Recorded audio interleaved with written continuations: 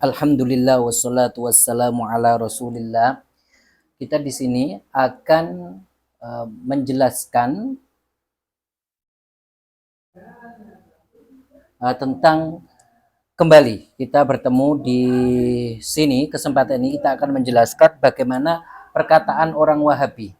Mereka itu orang Wahabi meyakini bahwasanya mereka meyakini bahwasanya alam itu secara individunya itu hadis, tetapi jenisnya itu adalah qadim, artinya ada tanpa permulaan. Begitu. Mereka meyakini seperti itu. Jadi secara individu itu adalah baru, tetapi secara jenis itu adalah qadim, yaitu ada tanpa permulaan. Artinya mereka meyakini bahwasanya jenisnya manusia itu adalah qadim, sedangkan per individu manusia Zaid, Bakar itu adalah baru, begitu. Nah, ini berarti mereka itu mengikuti pendapat orang-orang filosof, karena orang filosof yang mengatakan hal tersebut, begitu. Maka orang-orang Wahabi di dalam permasalahan ini mereka itu mengatakan perkataan filosof. Mereka itu mengikuti pendapat orang-orang filosof, begitu. Silahkan kalau tidak percaya, silahkan lihat kitab mereka yang bernama Syarh Al-Aqidah At-Tahawiyah Libni Abil Izz, begitu. Itu disebutkan oleh dia, begitu. Bantahannya bagaimana? Jelas. Perkataan bahwasanya alam ini azali, qadim, ada tanpa permulaan, itu adalah perkataan yang menyalahi Al-Quran, yang menyalahi hadis, yang menyalahi ijma'. Iya. Dan itu tidak diragukan lagi bahwasanya perkataan tersebut adalah menyalahi hal tersebut yang kita sebutkan, dan itu adalah menyebabkan orangnya itu keluar dari agama Islam. Tidak diragukan lagi seperti itu. Iya. Karena misalkan di dalam ayat Al-Quran disebutkan huwal awwal wal akhir. Jadi hanya Allah yang maha awal dan hanya Allah yang maha akhir. Artinya maha awal itu artinya apa? Yaitu keberadaan tanpa permulaan. Yang maha akhir di sini maksudnya apa? Bukan Allah memiliki akhiran, tapi maksudnya adalah Allah Subhanahu wa taala itu tidak berakhiran. Jadi mengartikannya kalau tadi saya ngomong yang maha akhir, tapi mengartikannya tidak seperti itu. Tidak, yang maha akhir artinya apa? Allah Subhanahu wa taala tidak berakhiran. Begitu mengartikannya. Jadi hanya Allah yang seperti itu. Sedangkan selain Allah yaitu makhluk, maka tidak seperti itu. Selain makhluk, maka mereka itu adalah hadis, baik jenis makhluk maupun individu-individu makhluk, semuanya itu baru, ada berpermulaan, ada dengan adanya awal. Kenapa? Karena dulunya tidak ada, kemudian dijadikan oleh Allah sehingga menjadi ada. Nah, oleh karena itu, kalau seperti itu maka dia berpermulaan. Nah, ada awalnya. Maka tidak bisa dikatakan dia itu tidak ada awalnya. Maka sangat salah sekali ketika Wahabi mengatakan itu. Sedangkan di dalam sisi balaghah sendiri, huwa itu sebagai mubtada, al-awwalu sebagai khobar. Idza ja'al mubtada'u ma'rifatan wal khobaru ma'rifah yufidul hasr. Jika mubtada'nya itu ma'rifah karena dia isim dhamir, kemudian khobarnya dia ma'rifah. Kenapa? Karena ada alnya, maka itu yufidul hasr. Artinya apa? Hanya Allah yang ada tanpa permulaan dan hanya Allah yang ada tanpa akhiran, begitu. Maka tidak ada sesuatu yang tidak berpermulaan selain Allah. Alam itu berpermulaan, manusia berpermulaan, surga berpermulaan, neraka berpermulaan, seperti itu. Dan ini tentunya berdasarkan hadis Rasulullah Shallallahu Alaihi Wasallam, kanallahu walam yakun syai'un ghairuhu. Allah ada pada azal, keberadaan tanpa permulaan, dan tidak ada sesuatu pun selainnya. Artinya tidak ada makhluk, tidak ada tempat, tidak ada arah.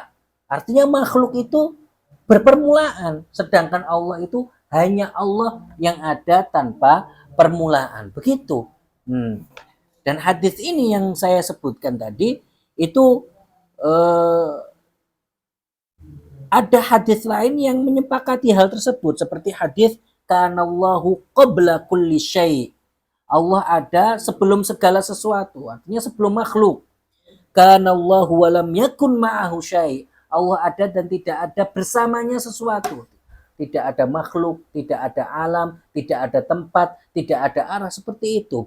Tetapi orang-orang Wahabiyah, mereka itu malah mengikuti pendapatnya orang-orang filosof.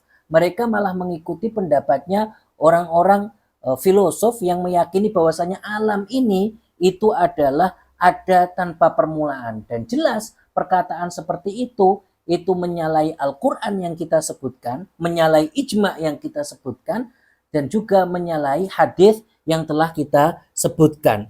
Bahkan